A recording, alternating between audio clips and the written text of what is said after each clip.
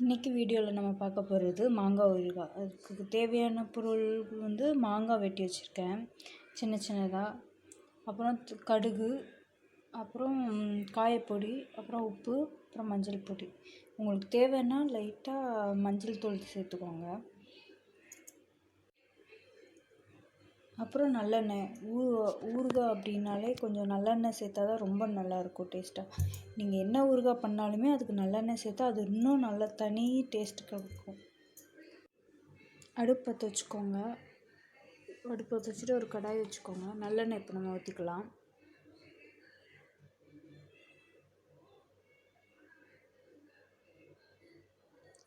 உங்களுக்கு எவ்வளோ நல்லெண்ணெய் வேணுமோ ஊற்றிக்கோங்க. ஏன்னா ஊறுகாய்க்கு கொஞ்சம் எண்ணெய் இருந்தால் தான் கொஞ்சம் நல்லாயிருக்கும், அதனால் ஊற்றிக்கோங்க.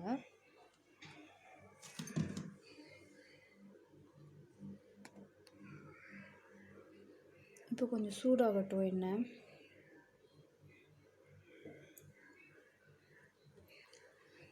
இந்த மாங்காய் ஊறுகாய் வந்து கல்யாண வீட்டில் நம்ம பொதுவாக சாப்பிடுவோம்.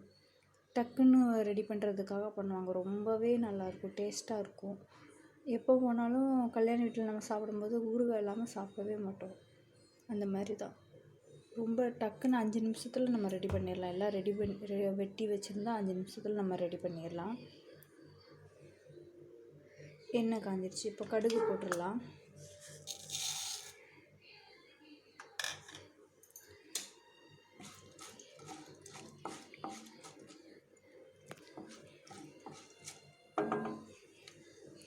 கடுகு பொரியட்டும்.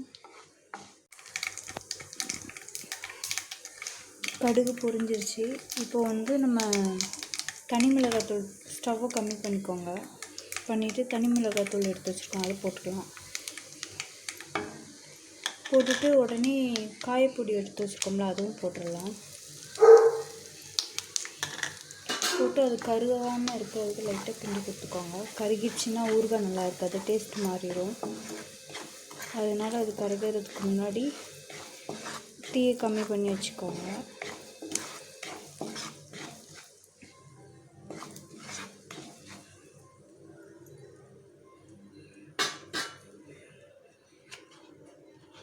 இப்போ மாங்காய் போட்டுடலாம்.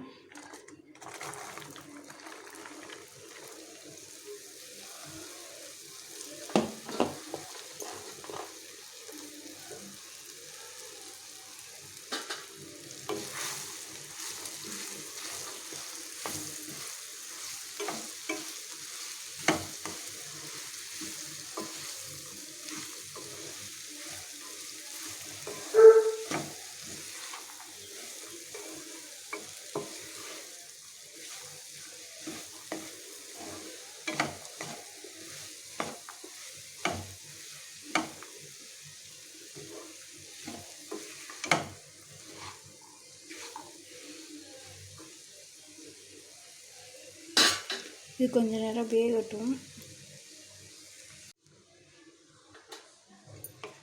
நல்லா பரட்டி விட்டுக்கோங்க.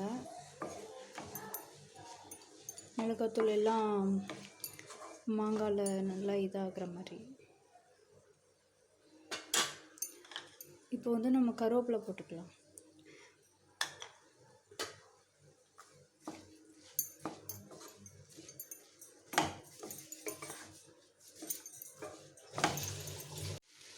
இப்போ மாங்காய் ஊறுகாய் வந்து கொஞ்சம் மாங்காய் வேகிற அளவுக்கு லைட்டாக தண்ணி கொஞ்சமாக ஊற்றிக்கோங்க.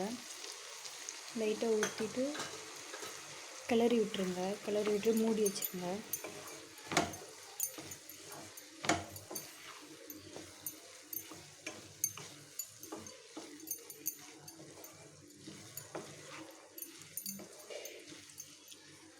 எனக்கு இந்த மாதிரி வேக வச்சா பிடிக்காது மாங்காய் ஊறுகாய். ஊற வச்சு அதுக்கப்புறம் தாளித்தா தான் பிடிக்கும். அப்படின்னா இந்த மாதிரி கட் பண்ணி வச்சுக்கோங்க. கட் பண்ணி வச்சதை வந்து அப்படி வத்தப்பொடி அப்புறம் உப்பு போட்டு நல்லா ஊற வச்சுருங்க.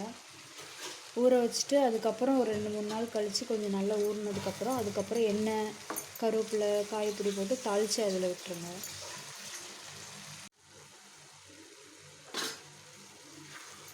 இப்போ மூடி வச்சு கொஞ்சம் நல்லா வேக வச்சிட்டோம். இப்போ ஊறுகாய்க்கு தேவையான அளவு உப்பு போட்டுடலாம். நான் வந்து உப்பு கொஞ்சம் 2 ஸ்பூன் எடுத்து வச்சுருக்கேன்.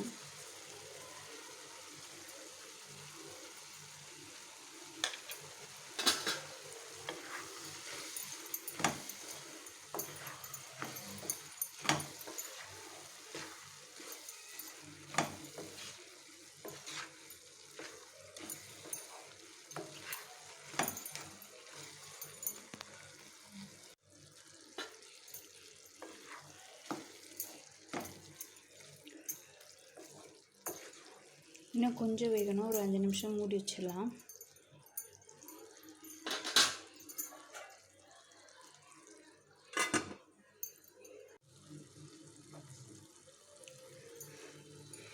ஊறுகாயில் அப்படி எண்ணெய்லாம் தனியாக பிரிஞ்சு வர ஆரம்பிச்சிட்டு நல்லாவே வெந்துருச்சு ஊறுகாய். இந்த டைமில் உங்களுக்கு வேணால் உப்பு கரெக்டாக இருக்கா இல்லை காரம் கரெக்டாக இருக்கான்னு சொல்லி பார்த்துக்கோங்க. பார்த்துட்டு அதுக்கு தக்கன மாதிரி போட்டுக்கோங்க. எனக்கு எல்லாம் கரெக்டாக இருக்குது.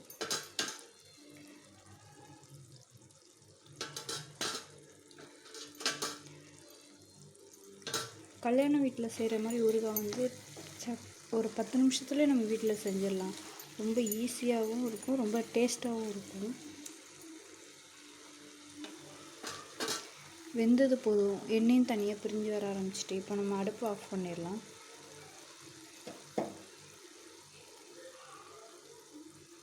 இது கொஞ்சம் நல்லா ஆறுனதுக்கப்புறம் ஒரு கண்ணாடி ஜாரில் எடுத்து வச்சு ஃப்ரிட்ஜில் வச்சிங்கன்னா ரொம்ப 1 மாதம் வரை கெடாமல் இருக்கும், நல்லாயிருக்கும்.